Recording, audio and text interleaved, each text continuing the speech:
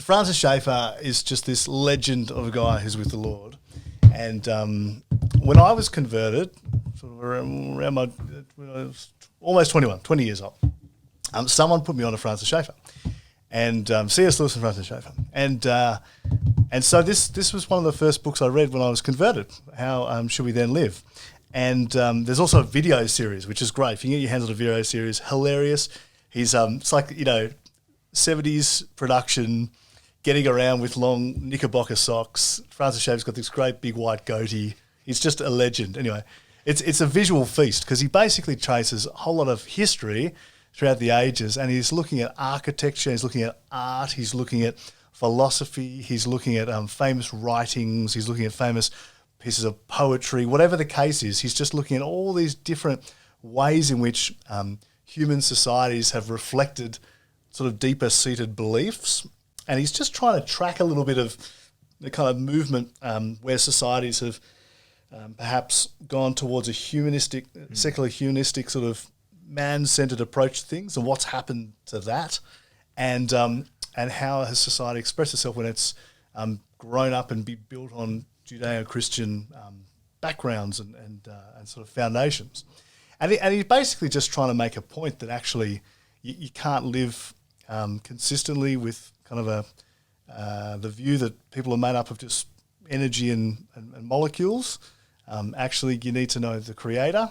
And the only way to know the Creator is through His Son, the Father's Son, Jesus Christ, and to be saved through Him. So that's basically the gist of what he's really trying to do there. And it's a beautiful book. I mean, Schaeffer's one of these guys who he's a generalist, so he's brilliant at a whole lot of different things, which is what really drew me to him, because I think I'm a bit of a generalist, really. And if I do say so myself. Oh yeah. No, I'm really what is it? What do they say? A master of jack of all trades, master of none. Yeah, basically that's me. But Schaeffer's really interesting because he's at heart an evangelist. He's an apologist for the Christian faith and wanting to see people come to know Jesus. And so really, it's got this lovely little edge throughout it, which is to say, if you're a Christian, go deeper into that faith and see how the whole world makes sense when you know Jesus, yeah?